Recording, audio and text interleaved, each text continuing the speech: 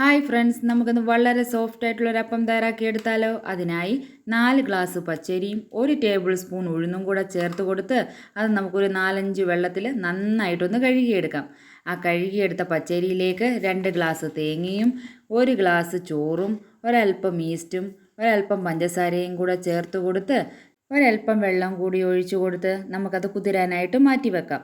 വെള്ളം അരിക്ക് താഴെ നിന്നാൽ മതിയാകും. നമ്മൾ ഈ വെള്ളത്തോടു കൂടിയാണ് അപ്പത്തിന് അരച്ചെടുക്കുന്നത്. നമുക്കിത് കുതിരാനായിട്ടൊരു 7-8 മണിക്കൂർ നമുക്ക് മാറ്റി വെക്കാം.